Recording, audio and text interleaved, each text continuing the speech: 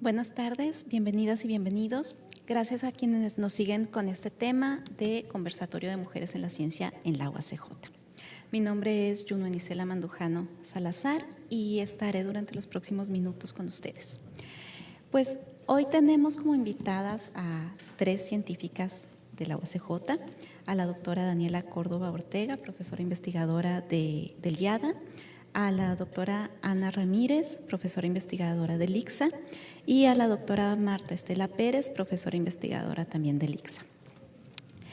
El objetivo de este conversatorio es básicamente visibilizar lo que hacemos las mujeres académicas y científicas de nuestra universidad.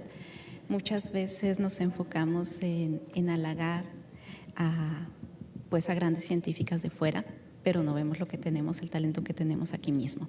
Entonces, este es un esfuerzo como parte de las actividades de la Semana Conmemorativa por los Derechos de las Mujeres y es también con el objeto de tratar de erradicar el famoso efecto Matilda, ¿no?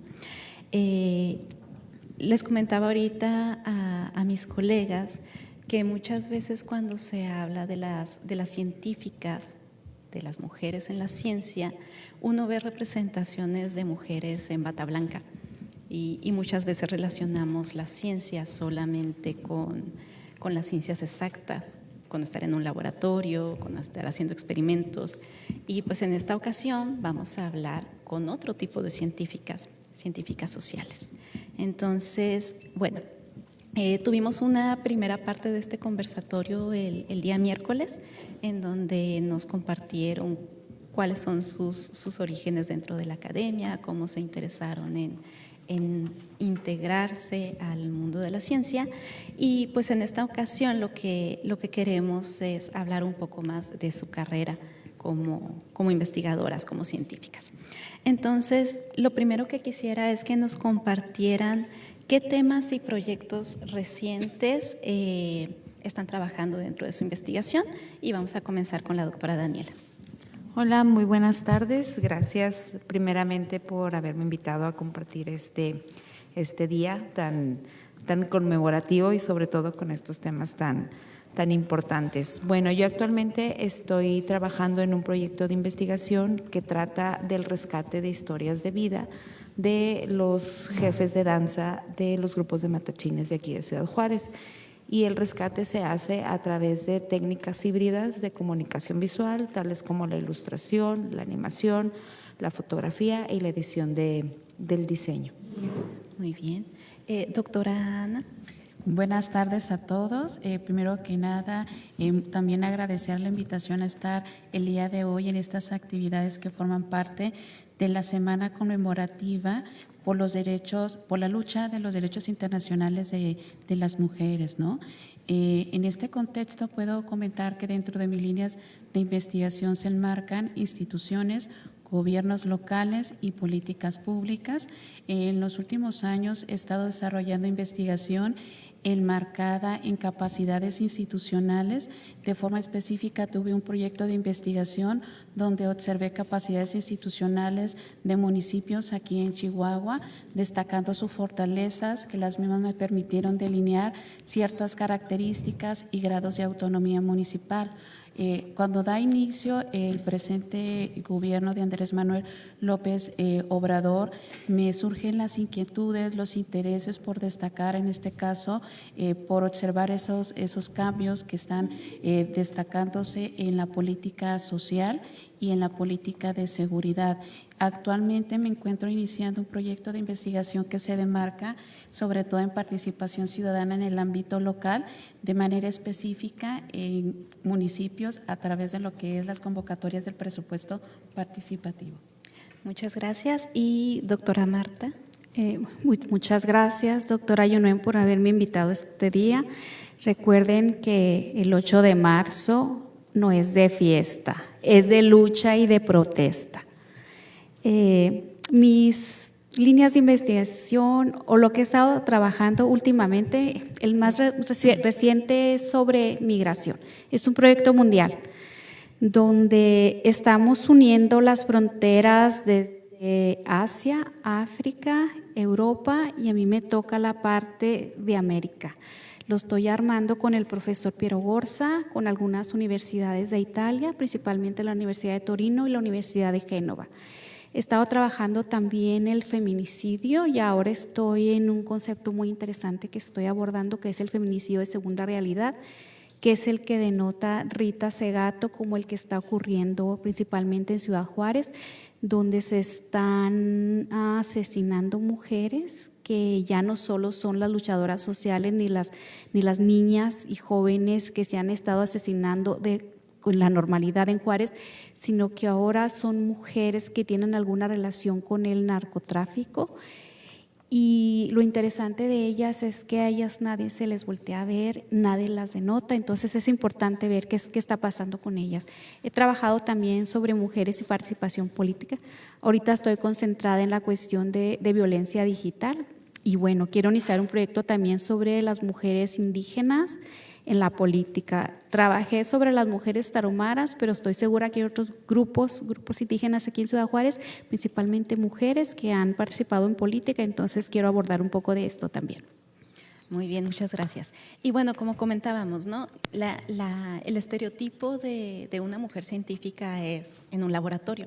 Entonces, mucha gente desconoce cómo se hace investigación en las ciencias sociales. Y ahorita comentaron temas muy interesantes que seguramente mucha gente, incluso muchos de nuestros estudiantes, ni siquiera se les había ocurrido o no se les ocurre cómo se puede trabajar, cómo se puede investigar sobre eso. ¿Nos pueden comentar un poco de sus métodos de investigación? ¿Qué implica? ¿Cómo son los pasos para investigar sus temas?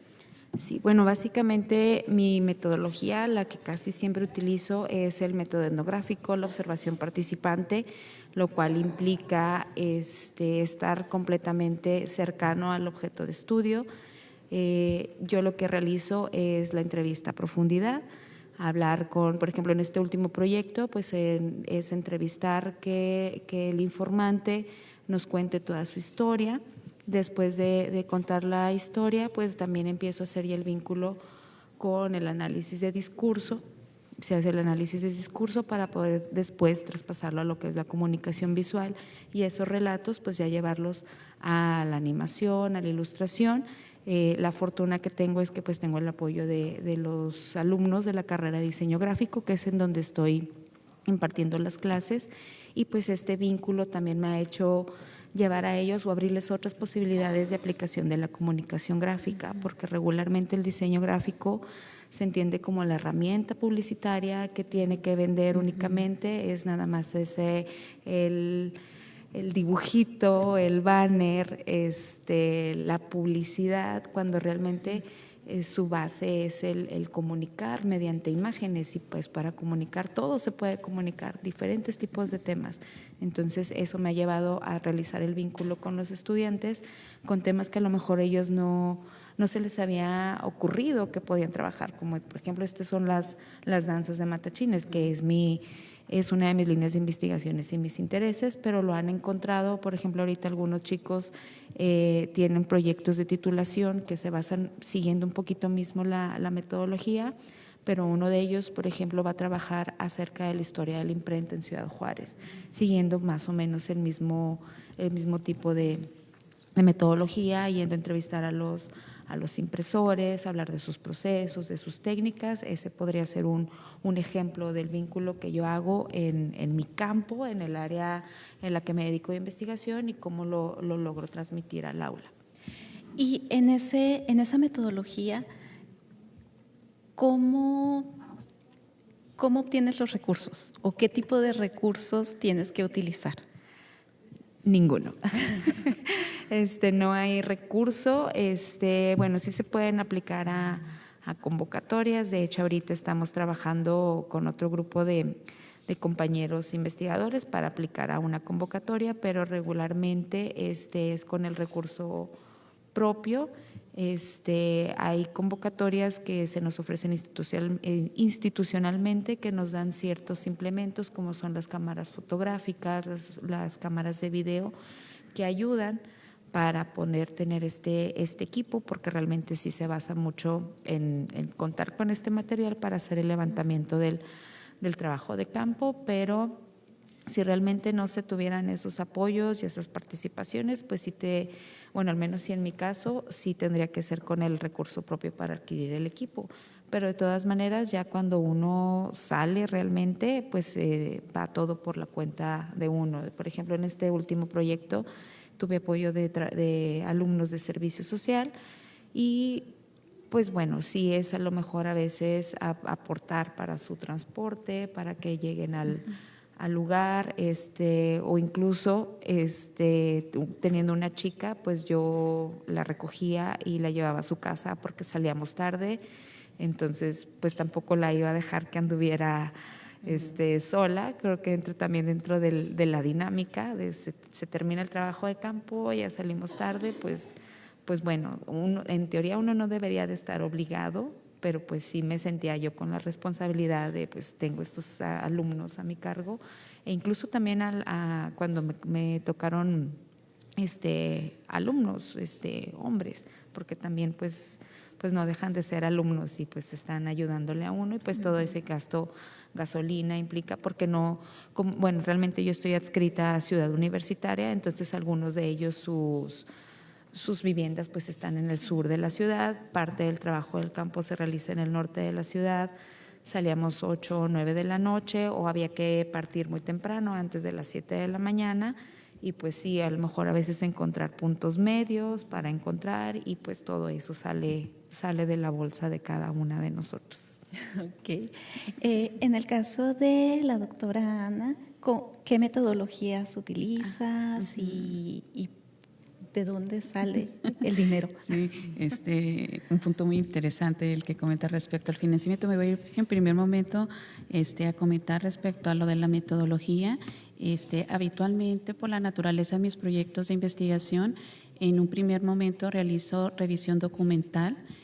Valga en este caso revisar desde marcos institucionales, marcos jurídicos, lineamientos operativos, bases de datos que pueda localizar, en este caso a partir de diversas instituciones, organizaciones, y también en este caso de manera secundaria realizo lo que es trabajo de campo, en este caso aplicando entrevistas a actores claves. En ocasiones aquí también aunado lo que comenta la doctora Daniela, no existe un financiamiento y en ocasiones cuando tengo que realizarme traslados, sobre todo para realizar estas entrevistas, ya sea actores políticos administrativos que están en otros municipios, pues se vuelve complejo tanto por el tiempo, el tema de los traslados, y pues contar con un financiamiento en este caso, pues en caso de gasolina, pagarán alimentos, sí me requiere estar más días en otro municipio. Entonces, en ocasiones cuando no contamos financiamientos, como es el caso de su servidora para el momento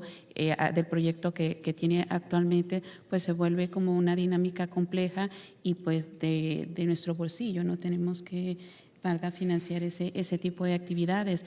Y no solamente ese tipo de actividades, sino que una vez que ya tenemos los resultados y que surge el interés también de participar en congresos como en eventos para presentar ponencias donde estamos exponiendo dichos resultados de estos proyectos de investigación, pues también estamos con esa dinámica, ¿no? de hacer como que ese desembolso de nuestro bolsillo para ir a esos congresos, ¿no?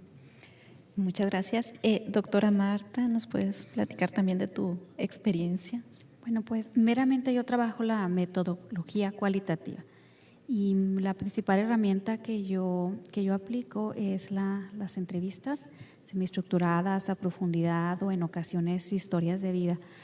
Pero pues a mí me gusta mucho acercarme al sujeto de estudio o a la sujeto de estudio, y porque me encanta la interacción, observarlas y luego ya cuando una está cerca de las personas que te hablan sobre ellas, que te transmiten la información que tú estás buscando, ya cuando llegas y te sientas, entonces ya empiezas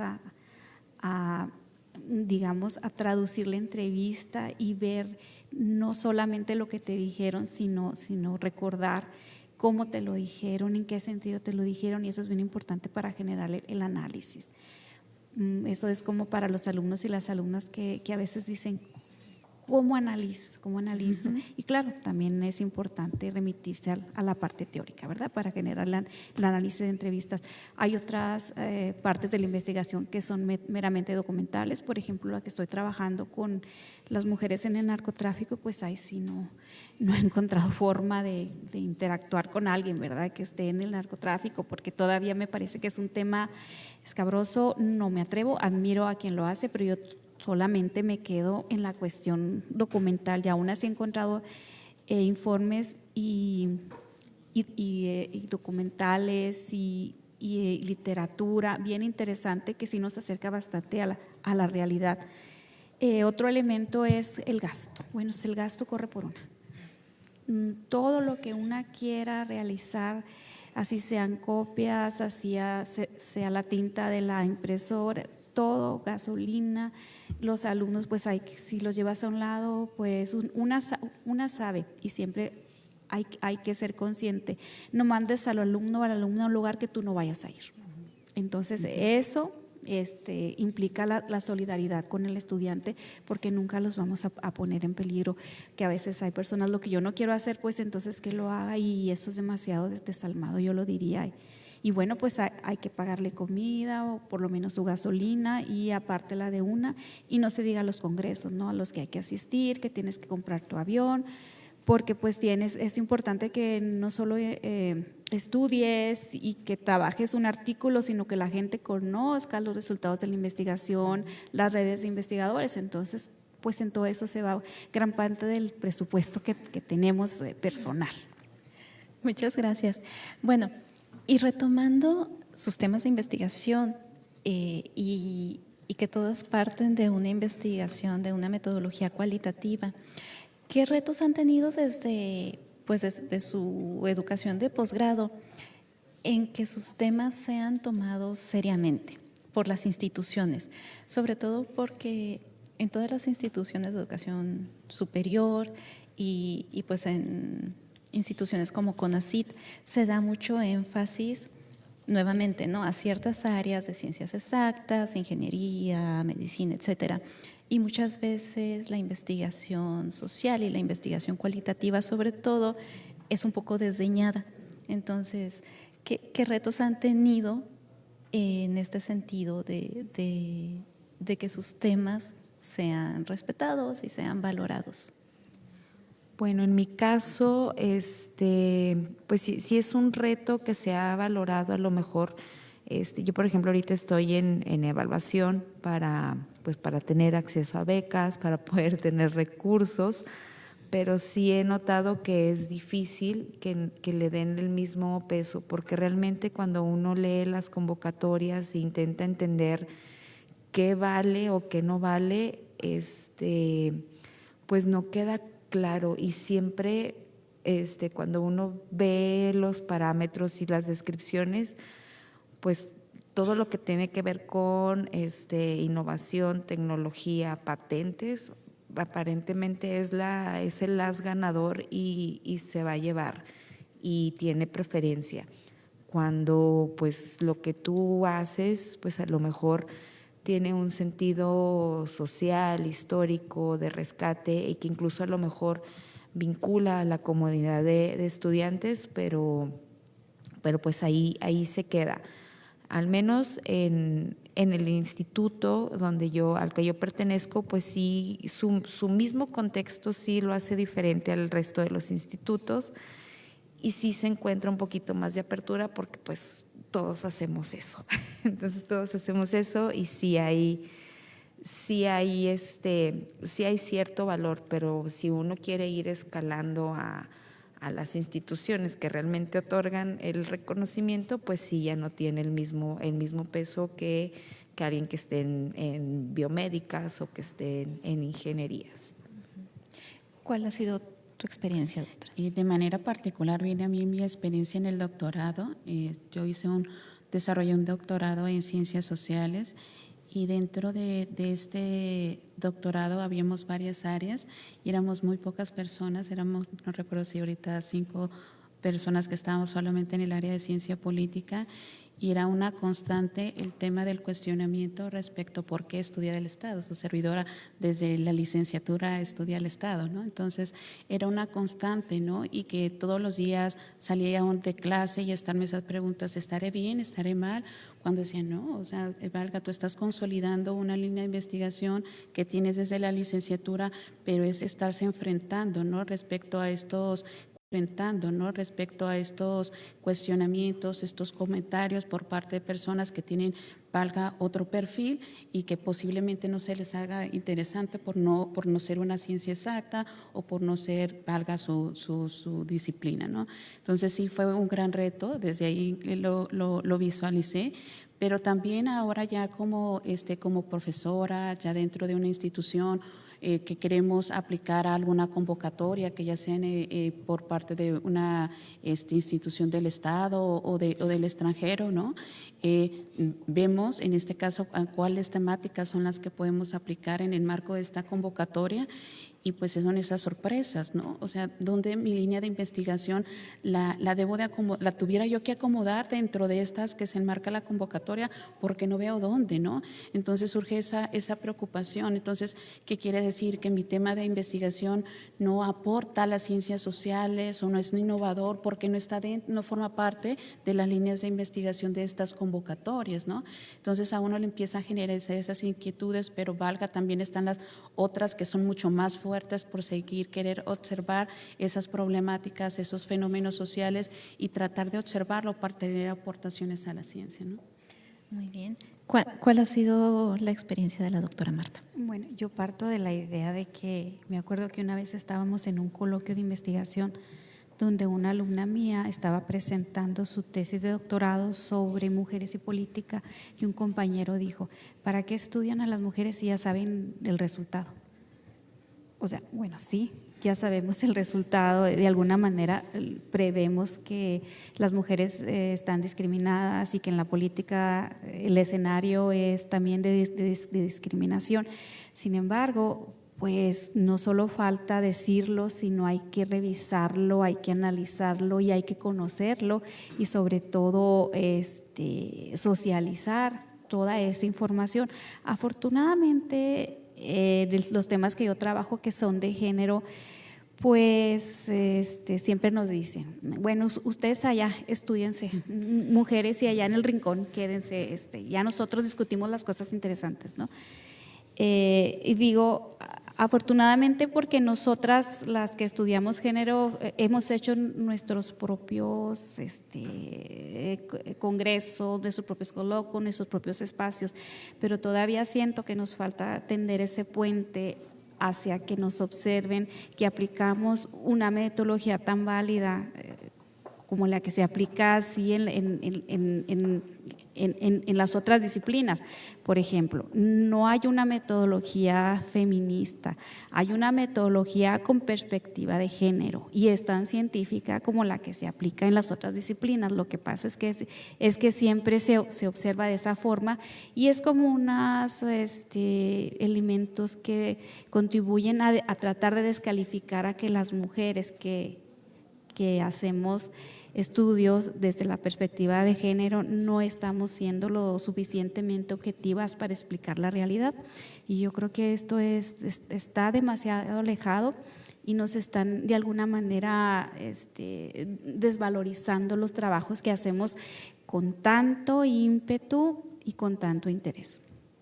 Muchas gracias. Se me pasó preguntarles de dónde surge el interés por sus temas de investigación. ¿En qué momento surgió ese interés por los matachines, por ejemplo? Bueno, mi interés nace de que a mí y en cuanto yo comencé a caminar, prácticamente me pusieron a bailar. Yo tengo una formación como maestra de danza folclórica, además, en nivel técnico. Y pues fui integrante de grupos de danza de aquí de la ciudad, de la extinta preparatoria del Chamizal, del cual mi papá fue su director del grupo de danza de la prepa del Chami, también de aquí de la UACJ. Entonces toda mi formación siempre estuvo muy ligada a estar involucrada con la danza. Y de hecho, yo debería haber tenido unos 12, 13 años cuando mi papá me llevó por primera vez a San Lorenzo. En San Lorenzo, un 10 de agosto, que es cuando se realiza la fiesta patronal de aquí de Ciudad Juárez, y en donde es el mayor escenario de las danzas de matachines con una devoción local, porque pues también está la Virgen de Guadalupe, pero es con la devoción local. Y él me dijo: de esto nadie ha hablado, mija. Me dice, esto aquí está, nadie no lo ha investigado, nadie ha hecho nada. Me dice, ahí está. Y pues ahí estuvo. Ahí estuvo. Yo intenté trabajar danza desde la licenciatura. No pude trabajar danza hasta el doctorado. En la licenciatura a mí me tocó una época del diseño gráfico todavía como un oficio profesionalizante, muy técnico. No había una formación teórica tal cual. A mí me tocó cuando los primeros maestros o los primeros egresados se fueran a hacer posgrados, porque no había quien diera posgrados. Muchos de mis formadores de diseño gráfico me tocó que me dieran clases ingenieros, por ejemplo, ingenieros, interioristas, arquitectos. Fueron pocos diseñadores gráficos que me formaron a mí. Entonces fue en esa etapa de generacional donde pues no había diseñadores formando diseñadores. Entonces, algo que tuviera que ver con danza en diseño gráfico, no. Incluso me dieron un tema. Ahí me dieron un tema, tenemos como que ya no llaman qué hacer con nosotros, a los que no encontrábamos con qué titularnos, y nos dieron una lista y terminé trabajando con una doctora de ICB. Tenía un proyecto de hornos ecológicos para quemar ladrillos e hicimos el manual de uso.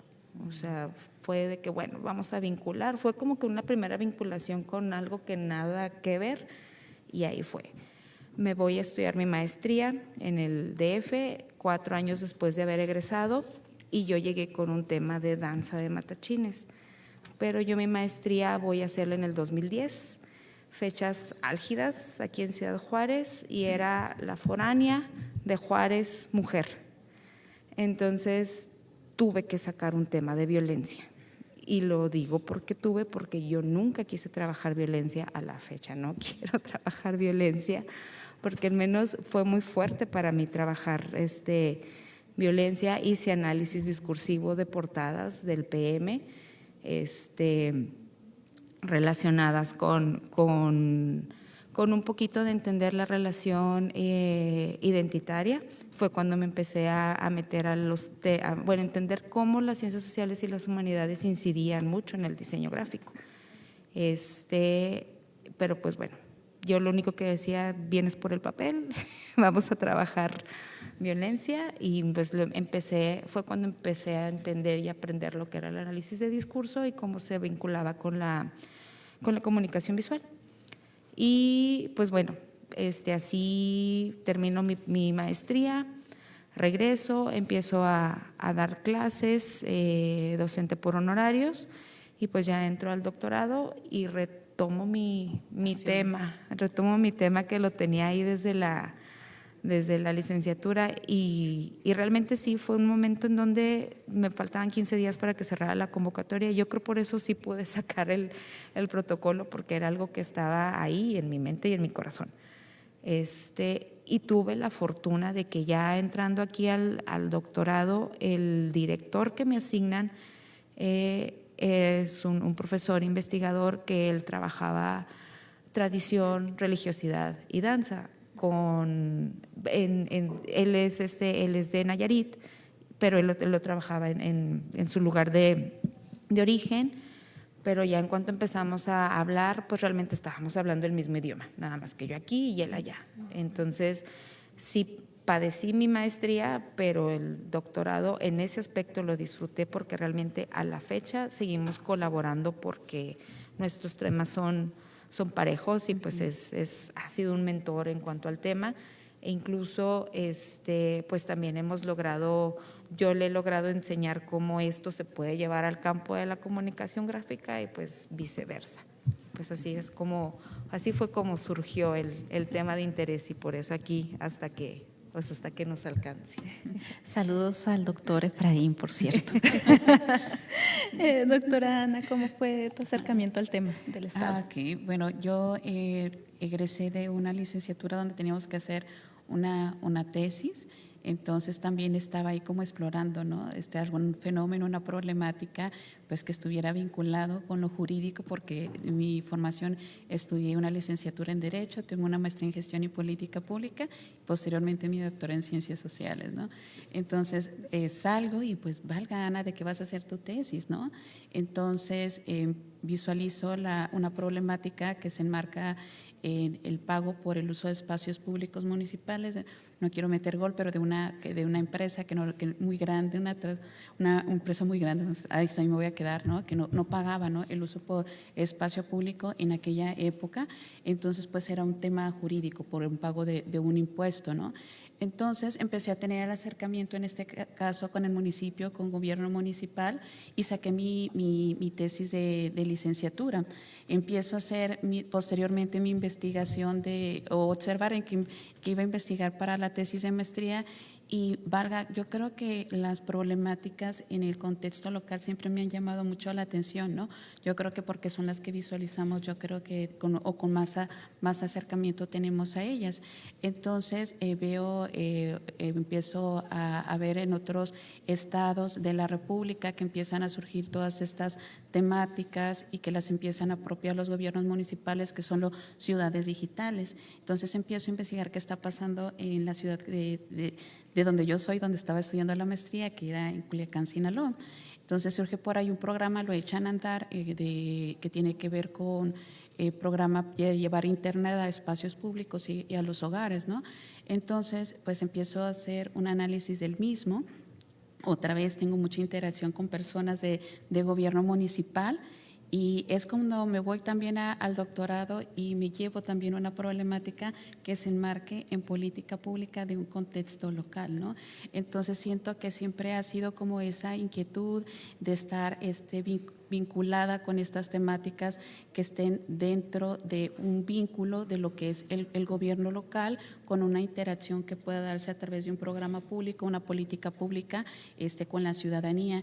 Y es lo que me ha conllevado en este caso el acercamiento que tengo actualmente de capacidades institucionales de los municipios, de política social, y de manera particular el que acabo de iniciar, que tiene que ver con participación ciudadana, que también es esta búsqueda de interacción Estado-sociedad a través del presupuesto participativo. Ok. Y la doctora Marta, ¿cómo llegó a los temas de género? Bueno, yo me voy a ir un poco más atrás. Yo me acuerdo que cuando yo era niña, porque todo viene de cuando estamos, digamos, en desarrollo y desde la niñez. Yo creo firmemente esto. Me acuerdo que yo no me podía quedar callada y preguntaba y preguntaba y preguntaba. Siempre le preguntaba a mi mamá todo. Me acuerdo que ella me decía, ya, guarda silencio 5 minutos. Y luego volvía a preguntar, me dice, todavía no pasaron 5 minutos. Y así, entonces yo ya después pasa el tiempo, me acuerdo que me llamaban mucho la atención los temas de historia, de investigación. Y dije, yo me voy a meter una carrera que se relacione con esto. Y descubrí que había la materia de ciencias de la comunicación y dije, ahí puedo preguntar mucho. Estudié ciencias de la comunicación por cuestiones del destino, nunca me acomodé ni en un periódico ni en alguna empresa. Yo quería ser reportera, pero no lo logré. Me metí a estudiar la maestría en ciencias sociales, me fui al área de sociología política y ahí descubrí el género. Y yo sabía que las cosas andaban mal con relación a las mujeres, la desigualdad y la inequidad, pero no sabía cómo llamarle. Ya es donde descubrí que existía el género y que de ahí podíamos analizar cosas bien interesantes respecto a esta inequidad. Allí hice la investigación sobre la coordinadora en pro de los derechos de la mujer, que es la que se encargó de dar el seguimiento y el apoyo a las mujeres que protestaban en contra del feminicidio, principalmente las madres. Seguí todo ese movimiento desde la perspectiva política. Luego estudié el doctorado en la UAM Xochimilco, ahí estudié cultura política y relaciones de poder y dije, yo tengo que seguir con cuestiones de política. Ahí lo que hice fue una investigación sobre cultura política, 3 movimientos distintos de mujeres en Juárez, unas por el derecho a la tierra, otras por el derecho al voto, que fueron las mujeres panistas. Las primeras logré investigar lo que fue la construcción de la colonia Felipe Ángeles, la direza Socorro Membrila, y el otro movimiento fue contra el feminicidio. Era conectar distintos tipos de mujeres con distintos tipos de objetivos, hasta de distinta clase social, pero cómo convergían en un elemento muy importante que era la idea de movilizarse para conseguir sus logros. Y esto nos habla de que la cultura política en Juárez para las mujeres sí ha tenido cambios muy interesantes, y desde ahí viene toda esa idea de la construcción de la democracia en Juárez y verlo como un laboratorio político, que dicen, todo surge de los años 80 con el PAN, pero no volteamos a ver más atrás y cómo las mujeres siempre han estado en estos movimientos. Y de ahí viene como mi interés en estas cuestiones de política y mujeres. Muchas gracias por compartirnos todas estas experiencias. Creo que definitivamente esto puede inspirar a muchas estudiantes, a muchas niñas, porque muchas veces los intereses de investigación llegan desde la niñez, como comentan, ¿no? O por cuestiones que uno se topa. De hecho, mi interés en Japón empezó a partir del anime y heme aquí trabajando sobre Japón todavía. Para cerrar este conversatorio quisiera que nos contaran un poquito sobre su rutina semanal. Creo que algo que enfrentamos las mujeres académicas científicas es que fuera de pares es muy difícil que comprendan de qué se trata nuestro trabajo, ¿no? Y muchas veces es como, ay, pero pues tú nada más vas a dar una clase o 2 clases y ya, tienes todo el tiempo libre. Uy, o sea, no saben todo lo que hay detrás y cómo están nuestras agendas saturadas, ¿no? Entonces quisiera que nos compartieran más o menos cómo es su rutina y cómo dividen sus tiempos entre todo lo que implica el trabajo y su vida personal. Entonces, Daniela.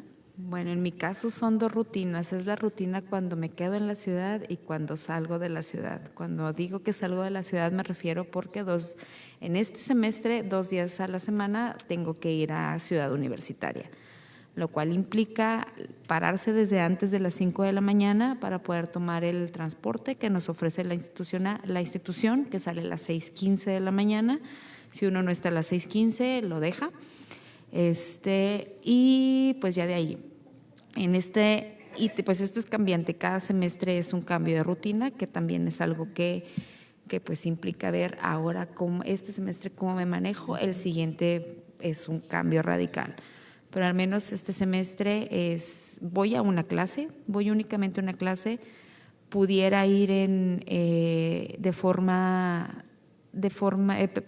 lo pudiera haber evitado, me ofrecían el darla en aula virtual, Sin embargo, como me tocó trabajar en el rediseño del programa que va a entrar en vigencia ahora en agosto, le pedí a mi coordinador, dije, yo sé que yo solo me estoy metiendo el pie porque nomás vengo a una clase, pero necesitaba poner parte de una carta descriptiva que rediseñé. Dije, necesito dar la clase para poder ver, porque uno arma la materia en aula virtual y es algo que se queda muy estático, muy estructurado, y para volverla a cambiar es un proceso burocrático que implica mucho cambio, y para poder realmente hacer el cambio en el aula, pues necesito salir al aula y ver cómo funciona con la interacción de los alumnos, pero pues creo que de aquí ya implica el hecho del compromiso y de yo querer, voy a ir nada más a una materia, pero voy a ir porque esto lo estoy pensando, porque viene un programa nuevo, porque esto viene nuevo para yo saber y hacer el ajuste. Entonces, pues eso repercute en salir muy temprano de mi casa, en buscar apoyo para que, pues si yo me salgo antes de las 6 de la mañana para poder agarrar un transporte, eso significa que tengo que tener quien me ayude con mi hijo para que lo mande a la escuela esos días, para que lo recoja incluso, y luego pues ya es llegar, y lo que yo le llamo es el segundo turno, en donde equilibro pues el ser mamá, y mientras soy mamá, pues seguir atendiendo las funciones, porque no, como bien mencionaba la doctora Yonuen, no es únicamente ir a dar clases, es dar tutoría, y muchas veces de las tutorías que yo imparto pues son tutorías de direcciones de tesis, lo cual implica que en algún momento ya tuve que haberme sentado a leer el documento que envía el estudiante. En ese momento pues a lo mejor también ya se preparó una clase, soy coordinadora de academia, entonces también se tuvieron que haber atendido ese tipo de asuntos de la academia, de la gestión. Y pues también llega el otro momento, ¿a qué horas lo haces? Ahora sí, lo que yo lo llamo el trabajo, ¿y a qué horas voy a hacer lo mío? ¿Qué es lo mío? Pues escribir mis cosas, mi investigación. ¿A qué horas? Pues muchas veces en la noche, muchas veces el fin de semana. Y precisamente ayer, antier, una compañera me preguntaba, ¿cuánto tiempo le dedicas a la UACJ fuera de la UACJ? Y mi respuesta fue todo, porque creo que no me van a dejar mentir, todo el tiempo que le dedicas es después lo malabareas con tu vida, pero es todo. Entonces, pues eso sería un día yéndome yo a CEU, ¿verdad? Porque viene la otra dinámica en donde sí ya me quedo y es un poco más amable porque me toca ir aquí al Campus Norte, está en la Avenida del Charro, realmente me tardo 15 minutos en llegar a mi casa, entonces pues es un día relajado. Afortunadamente son 3 días a la semana, pero también esos son días en donde también atiendo tutorías presenciales, porque los chicos de nivel avanzado son los que están en el Campus Norte y son cuando aprovecho para verlos, porque en otras ocasiones pues son tutorías en línea y muchos de ellos no se sienten a gusto, necesitan la interacción, que uno se los esté explicando. Entonces, pues bueno, acabas tu clase, pero ahora te sientas otro rato a atender a alumnos de manera presencial, y es otra vez, ¿en qué momento hago lo mío? Pues bueno, en el segundo turno, en donde tengo que empezar a hacer malabares, y eso es nada más combinándolo con ser mamá, porque pues también uno es amiga, es hija, es esposa. Y pues si nos ponemos a meter todo eso, creo que ya las 24 horas ya no alcanzaron. Y precisamente hablando de que también uno es amiga, es chistoso porque la doctora Ana y yo, cada vez que nos vemos en los pasillos de aquí de ICSA, hay que ir a tomarnos un café, hay que ir a desayunar, y realmente tenemos, creo que 2 o 3 años que no lo hacemos. Mejor nos vemos así, porque las agendas no se acoplan.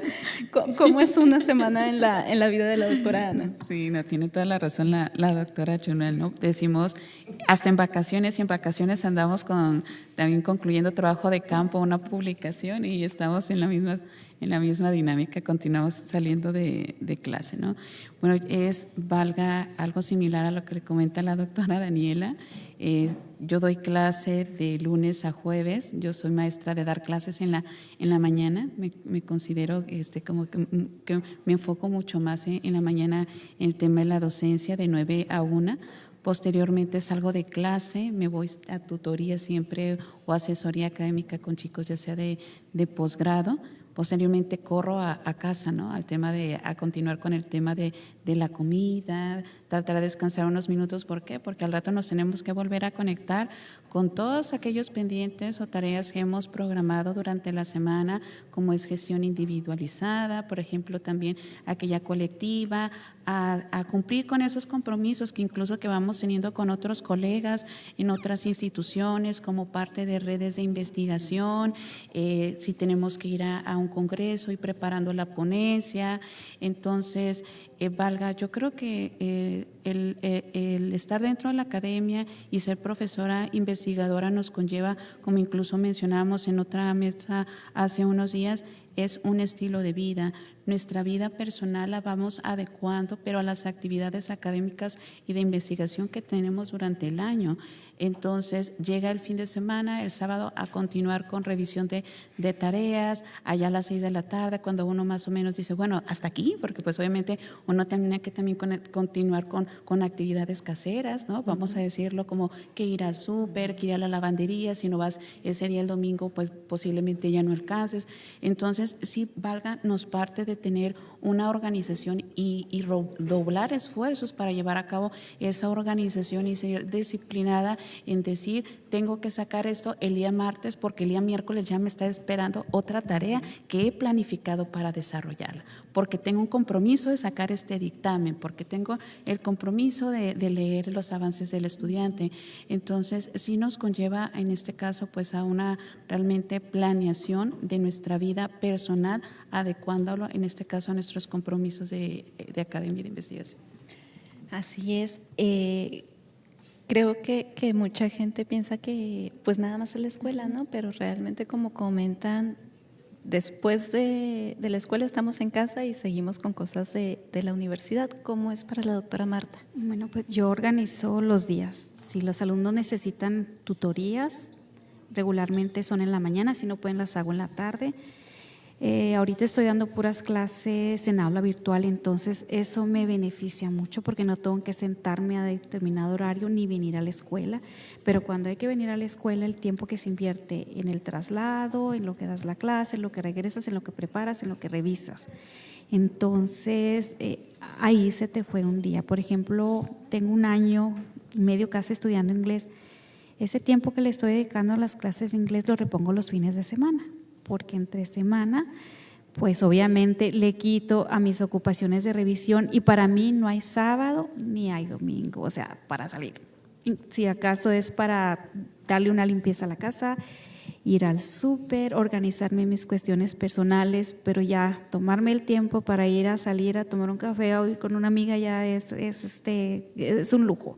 Yo despierto a las 5 de la mañana y a las 10 de la mañana me duermo, eso sí, trato de ser muy disciplinada, porque le robas tiempo al tiempo, entonces una tiene que cumplir con todo y la verdad es que en un semestre es imposible escribir. Escribir, entonces te tomas las vacaciones, las de Semana Santa, las de verano, la de diciembre pues a lo mejor una semana, pero es la única forma que una tiene de producir porque se está demasiado ocupado con las clases. Así es. Y bueno, ya hemos llegado a la recta final de la entrevista. Y nada más para cerrar, ¿algún mensaje que quieran dar a las estudiantes, a las niñas que puedan estar escuchando, doctora?